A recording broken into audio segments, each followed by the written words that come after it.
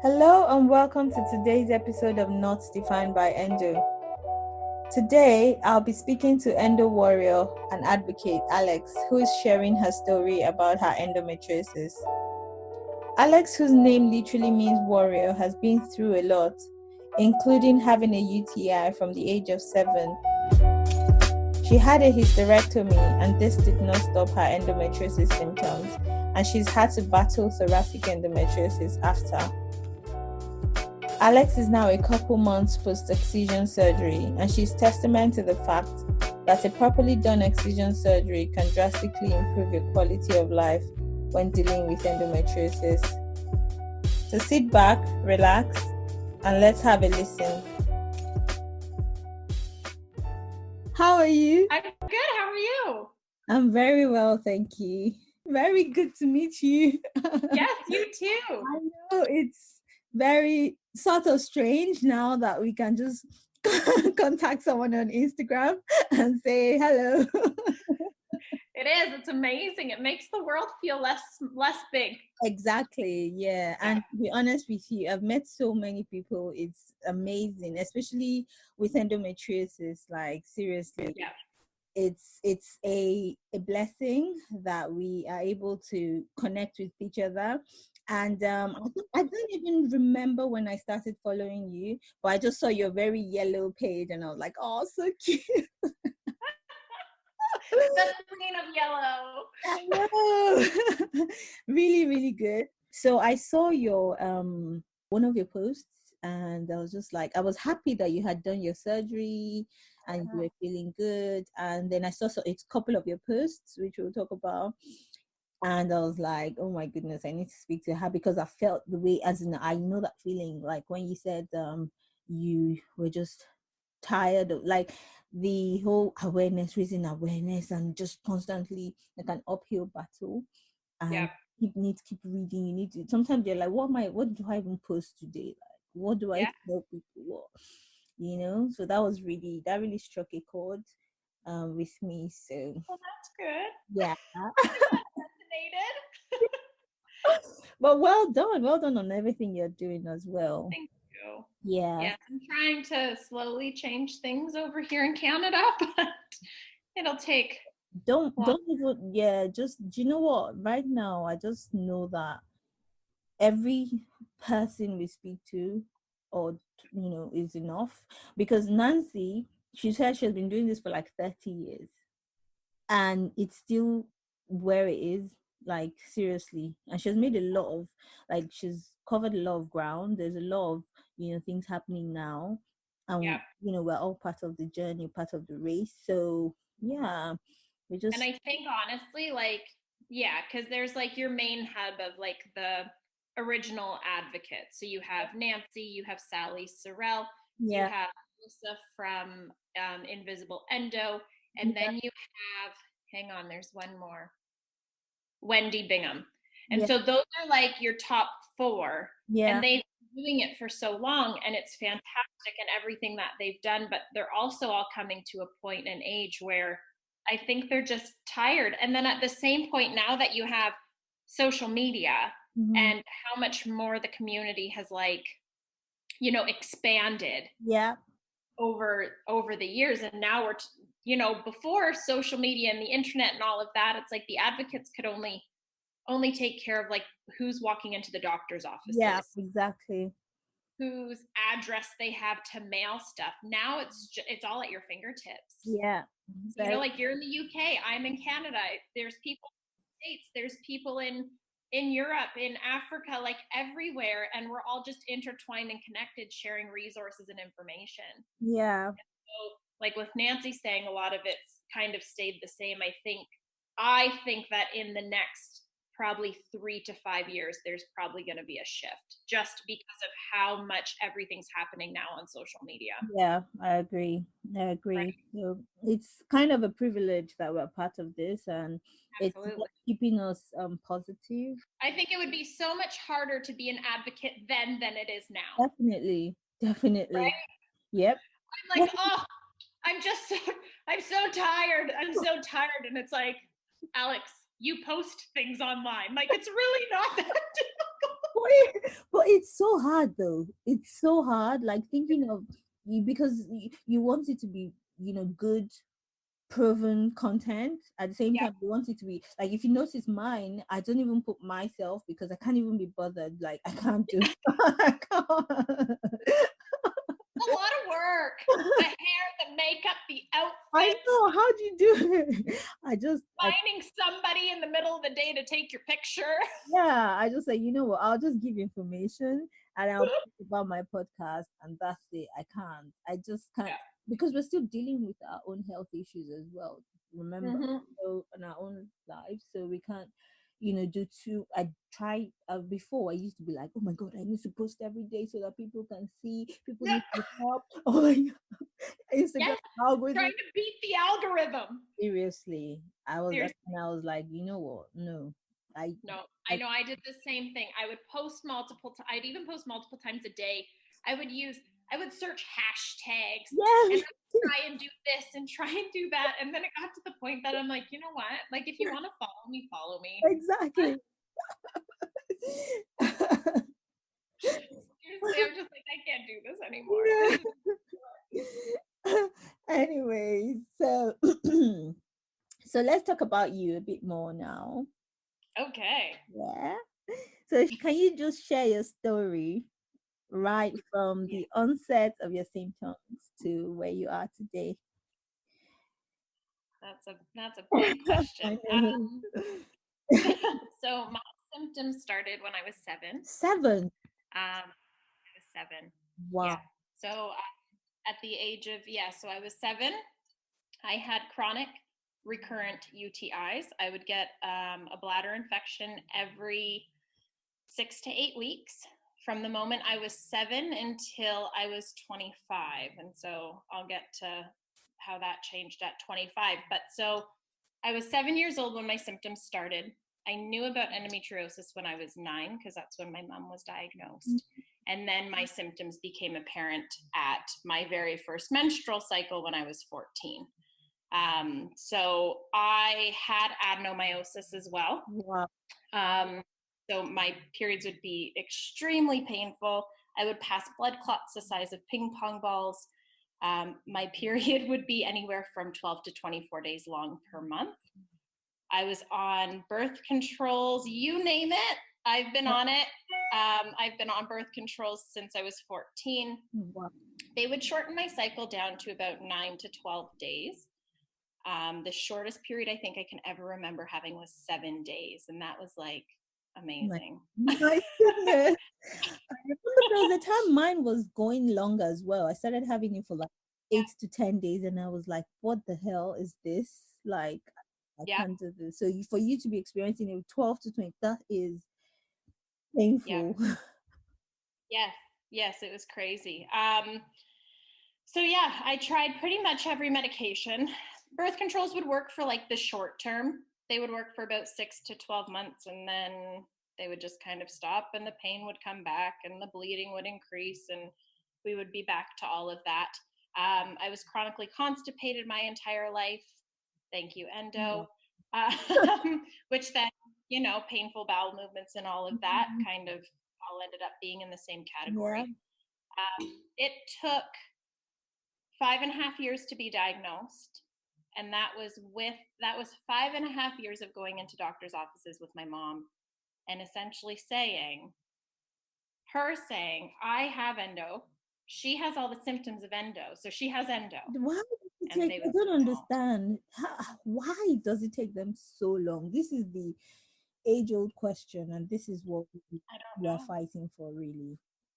Yep. And then my maternal grandmother also had cycle issues, right, but her generation never talked about things like that. So my mom does know that after my mom was born, she underwent a hysterectomy due to her prolonged cycles and painful periods. But obviously back then things weren't where they are now.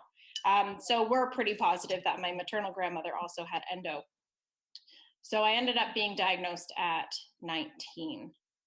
And then essentially it just put me, the diagnosis didn't really do much. Like you had said, like it's just the beginning of your journey, really. all it really changed was I ended up getting bumped into another category of medications. So then I started getting into like danazol, which is essentially testosterone, and essentially they just upped the ante of what medication to try next.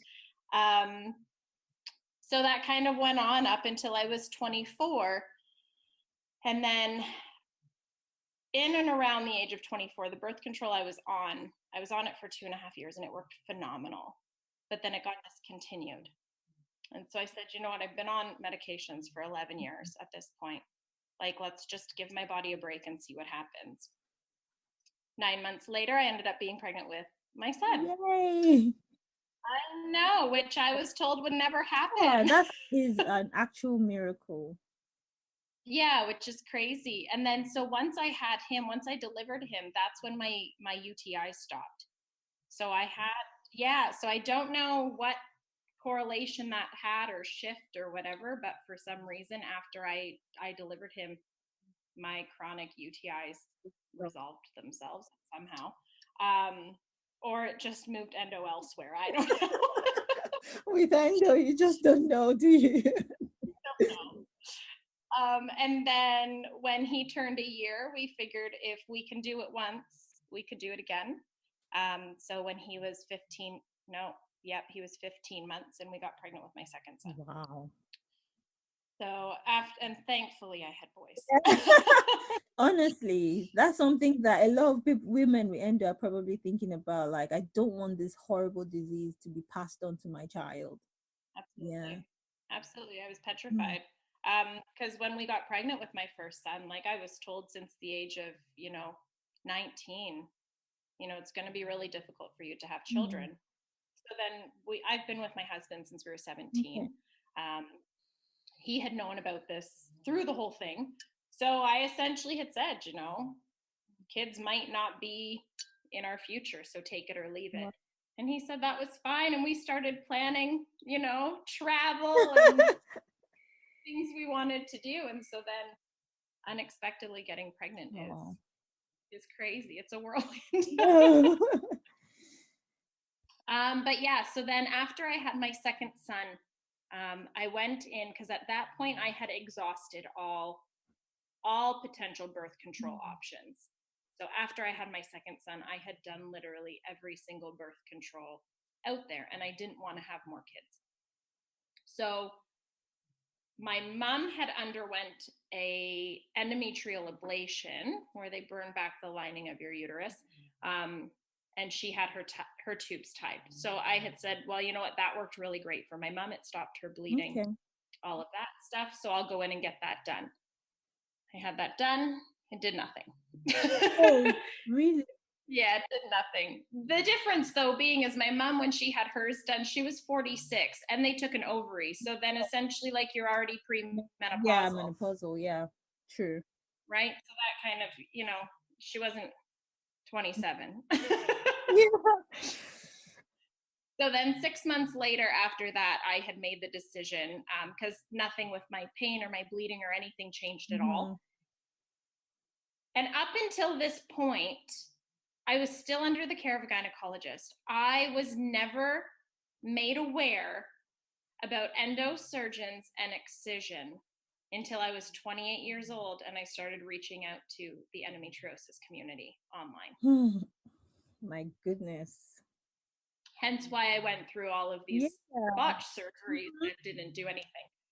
So when I was 28, so 6 months after my tubal ligation and my endometrial ablation, I decided to undergo a hysterectomy. Because at that point, I was suspected for adenomyosis. I was already sterile and wasn't going to have kids anymore anyways. So please just take it. So she took cervix, uterus, both tubes, and my right ovary, because my right ovary had scarring from recurrent cysts on it, and all of my pain was always right-sided. Okay. But I kept my left ovary so that I would avoid having to utilize hormone replacement therapy. Yeah.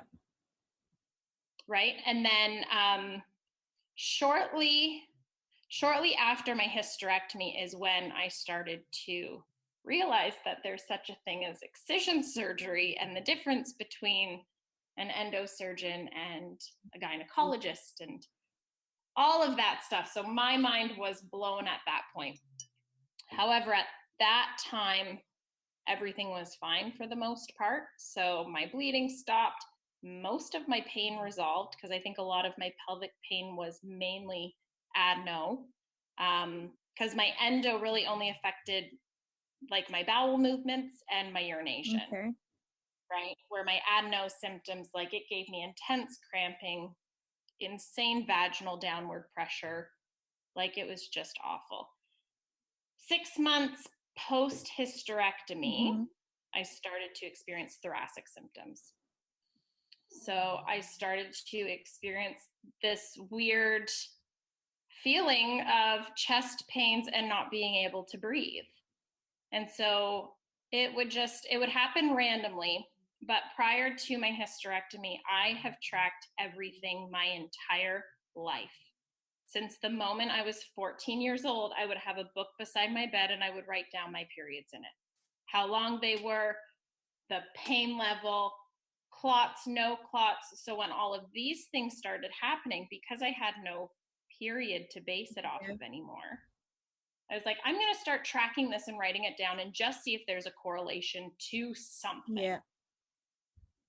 So I started writing it down, and then probably about 3-4 months into it, I kind of put it on a calendar and I looked back, and it fell into a cycle of being 14 days apart of symptoms. Oh my God.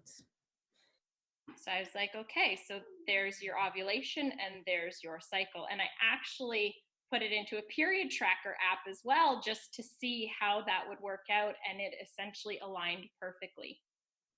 So then that's when I started reaching out more into the endometriosis community and trying to gain more insight onto, can endometriosis affect your lungs? Because I had no idea it was a thing. I know. Like, seriously. I think the scariest for me has been that it can affect your brain. It can affect your nostril. Like, it can come up. Like, I don't. Yeah. It's been found in every organ except for your spleen. It's crazy. So I ended up going to my family doctor, and I had done a very small amount of research at this point. I did enough that I was like, this is what I have. I don't know how it works, but this is what I got. So I went and I had said to him, I am pretty positive that I have thoracic endometriosis. I need to be referred back to my gynecologist in order to be referred to an endosurgeon. Yeah. And he had told me that thoracic endometriosis is impossible, as endo cannot reside outside the pelvic cavity. And what I was experiencing was hormonally induced anxiety attacks. I've never been diagnosed with anxiety in my entire life. So he gave me a prescription for Ativan and Zoloft and sent me on my way, and he refused to send me to my gynecologist. So at that point, I was willing to try anything. So when I would go into a thoracic flare, I'd pop Ativans like they're candy, but it did nothing. So I'm like, clearly, this is nothing. This isn't what that is. So then I ended up calling his office a couple days after that appointment, and I lied about why I needed to go see my gynecologist. Mind you, this has been my gynecologist since I was 19 years old, and I had to fight to get back to her. So I called and I had essentially said, well, like after my hysterectomy, I'm just experiencing some more pelvic pain. I would just like to go back to her to talk about how my surgery went and the possibility of sending me to an excision surgeon, because at this point now I knew what excision was. Yeah. So then he finally sent me to her. I walked into her office, essentially. I was there for 3 minutes. I said, these are my calendars of my symptoms. This is what I think I have. These are all of my symptoms in a whole. I need to go see an endosurgeon.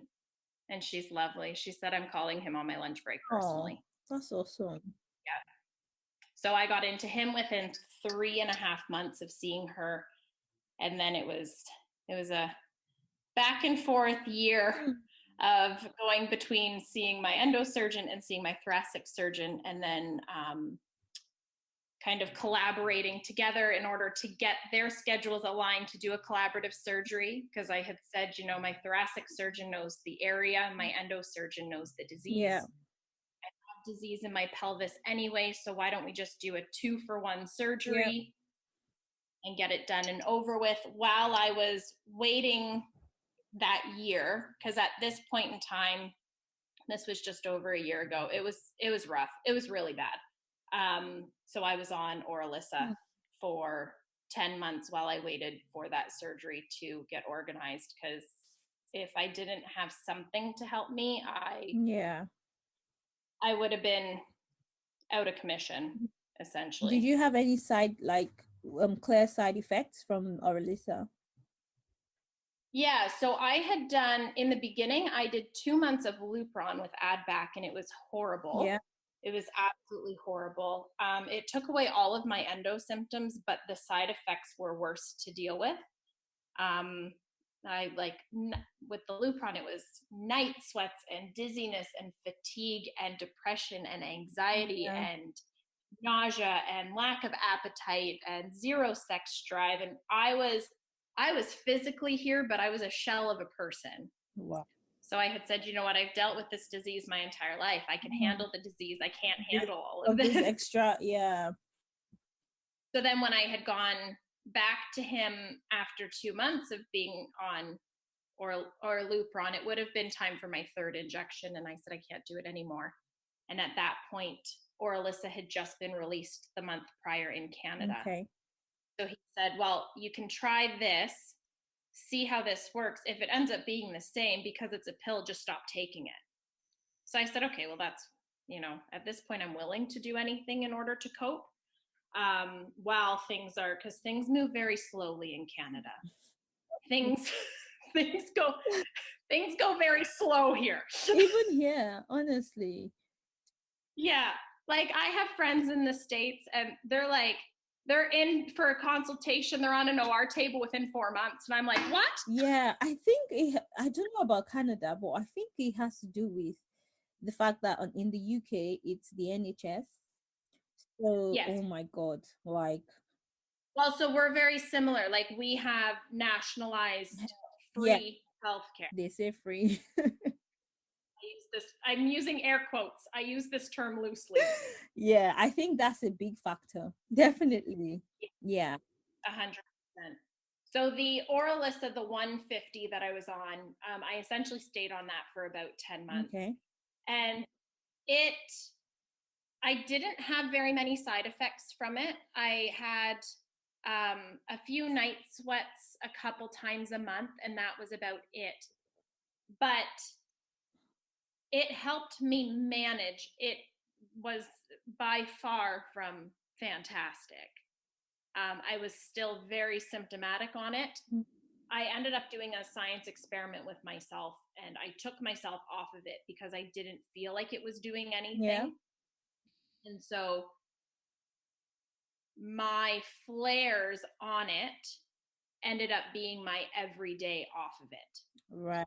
So when I wasn't on it, the way that I would flare while I was on the medication, which would happen like every 3 days at this point, would be my every single day off of it. Plus I would flare on top of that.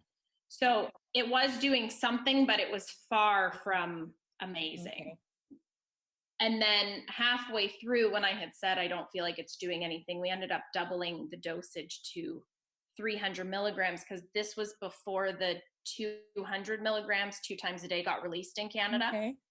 So then when I doubled it, I had it did great for my symptoms, but then I had all the same side effects as Lupron. Oh, no.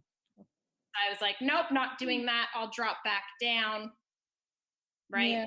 So it helped me manage and it helped me function. Okay.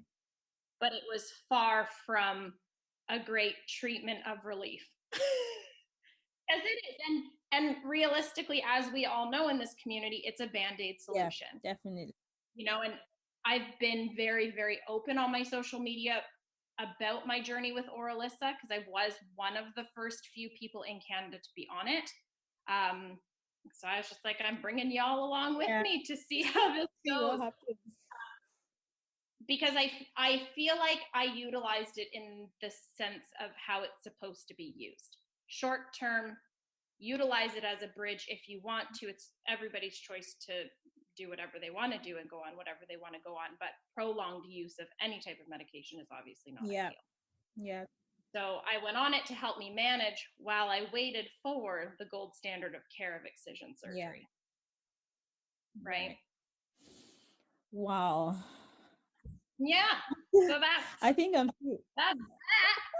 I'm still reeling from the fact that you said your symptoms started at 7. Like, there's no way for any young girl to leave. No. Anyway, it got to the point, I want to say I was probably about 13 or 14. And for some reason, I was never referred to a urologist either. And I ask my mom that now, and I'm like, why was I never sent to a urologist? And she's like, I have no idea. Yeah, that's what it is. It's basically, I think in this situation, it's almost like ignorance is bliss, even though you are going through the pain and everything. But we're just not aware. Like everyone, even my mom was like, why didn't I know? Or, but you can't really beat yourself up. You just have to move on. And no, absolutely. That's why this is very important. Like, you're raising awareness, talking about it. Everyone just, everyone around you probably knows about it now. So they sure do. Me too. Sometimes I'm like, I'm sorry, but am I talking about endo too much? Not like I'm going to change. I'm always talking about it. I really can't help it. But you know what? Like, if you've never experienced it, then it's you don't get it. And that's why this community is so amazing. Like, I started my social media page when I was in the middle of my thoracic endometriosis battle, essentially. And I was just like, what is this? I got so much information from Wendy, who runs the Extra Pelvic Not Rare Facebook page group. She's friggin' phenomenal. And if I didn't have the community behind me and the people around me to help educate me and find those steps, I wouldn't be where I am now. And I started my page and social media to try and find, as funny as this is, to try and find just one person, just somebody else in the world who's going through this, to try and be like, hey, like, you have this and I have this. So now I'm not crazy or alone, and somebody actually gets it. And then now what it's turned into is the complete opposite of that. You are the one, you're the source of strength for a lot of women. So that's so now I have women reaching out to me saying, help me and don't let me feel so alone, which is amazing. And I love how when things come full circle. But that's what I mean. If we didn't have this information in the community online, I feel like we would all just still be wondering what to do next. Yeah, exactly. So now that it's all, I'll say, well, I wouldn't say it's over because we know what endo is, but now that you've gone through the surgery, the excision surgery, how would you say your life has changed? Oh my God. Like, silly question. So I am only 6 weeks post-op, but it's been insane. I have people ask me regularly, like, how are you feeling now? And I'm like, I haven't felt this good in 3 years. Wow. Which is insane. I still become symptomatic. I still get random symptoms, usually when I do too much or if I've had a really busy day. Okay. But that's fairly normal up until about like 6 to 8 months post-op, because obviously, like, there's a lot of healing that is happening in there. Yeah. And like, so they had resected, my thoracic surgeon had resected endo cells out of my thorax. So I currently have staples in my diaphragm, like on the anterior side of my diaphragm. So obviously when, I do too much, all of that kind of gets inflamed, and they had said that it'll take usually a few months to heal and calm down. Okay. Wow. And yeah, it's crazy. And how about your family? How have their lives basically been impacted from watching you when you were in pain to now that you are, hopefully symptom free mostly. Honestly, even if I become, I know, fingers crossed, even if I become symptomatic, like, for an hour once every 5 days, I'll take it. I know. Because I was literally at the point where I could barely function. With my family, it did a lot of damage. I won't lie.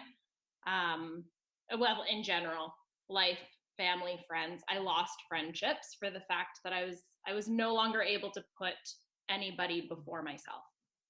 My needs ended up coming first, and everything extra just went out the window essentially. So I didn't have the ability to manage and maintain every single one of my friendships that I had been able to manage and maintain prior. But then in the same sense, it kind of opens your eyes and shows you about all of the amazing friendships that you do have around you. Definitely. With the ones that stuck through and stay with you through it all. My husband ended up having to take on a lot. Oh, I know. They suffer the most, don't they? They really do. We need to make like endo husband support groups. There'll just be a lot of beer involved. Endo husbands unite. Yes. Yeah, he took on a lot. I essentially was able to manage my work day. I would help prep dinner and then make the kids lunches, and then I was in bed by about 6:30 most nights, just because I couldn't physically manage to do any more. But I pushed myself a lot. I pushed myself. I'm a firm believer in, I'm really stubborn. So even prior to all of my thoracic symptoms, I would never let it dictate what I did in a day. So in that, I pushed myself a lot to try and help even out the balance of home and kids with my husband. Because as hard as it was, I felt guilty of putting it all on him. I know that feeling. Yeah, like it's hard, especially when prior to all of this, I enjoyed cooking and taking care of the kids and making their lunches and doing their homework and all of that stuff with them, and then essentially it gets ripped out from you. So my kids, it also affected them a lot, to be honest. I would go into the bath, as that's where I usually would live. And they would come in and kiss my head and ask if I'm okay and if I can breathe today.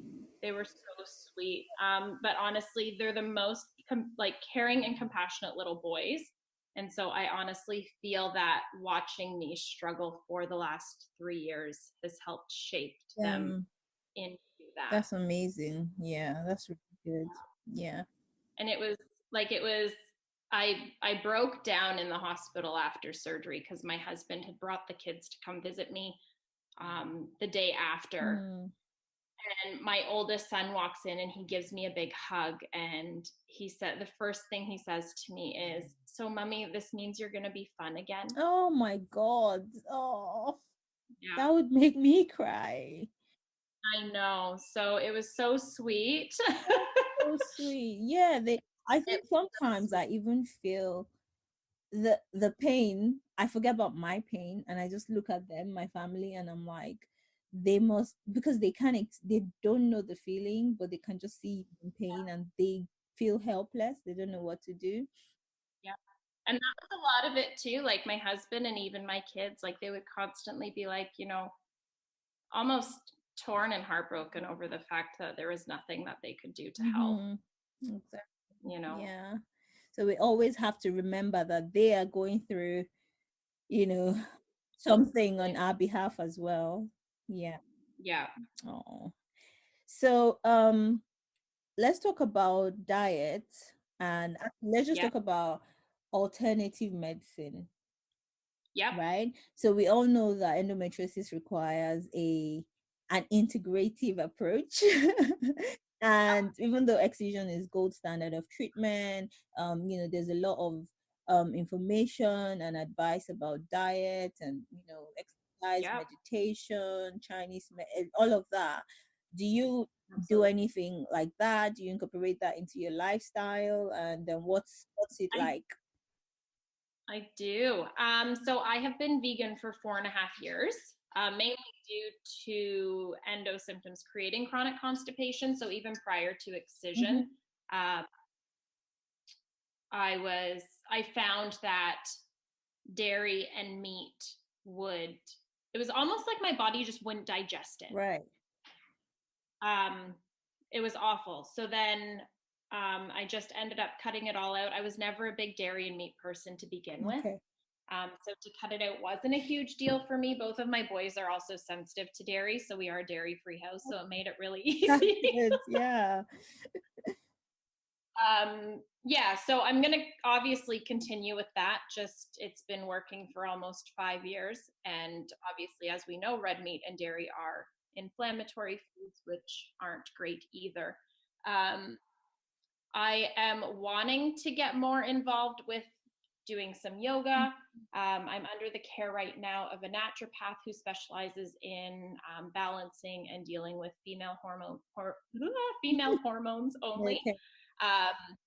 So I'm doing a lot of stuff with her as well, with some supplements and kind of some follow-up. I've only seen her once though, because I wanted to wait until I was like a little bit healed from surgery before I start jumping in and doing the hormone thing, because I just got off GnRH medications that I was on for a year as well. So waiting for kind of all of that to die down.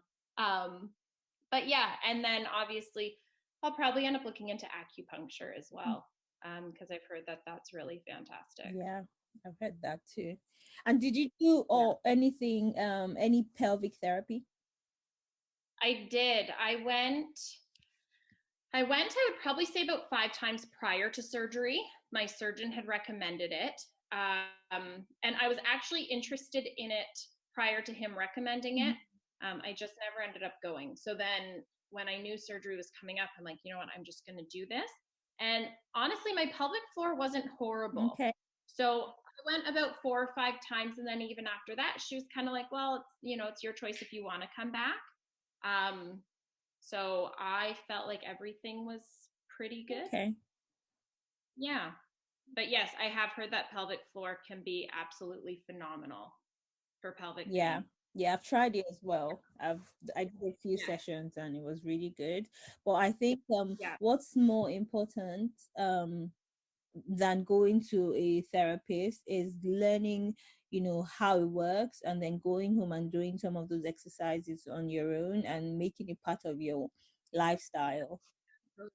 And I still do all of the exercises she tells me about. Yeah, about. that's it really. Because I can't really afford to do those sessions like for a long time. Yes, because it gets really expensive over time. Like, because we have, like, I'm lucky I have benefit coverage through my husband's work, which is great. But even at that, it only covers up to a maximum amount. Yeah. And if you surpass that, you're having to pay out of pocket. Yeah, true.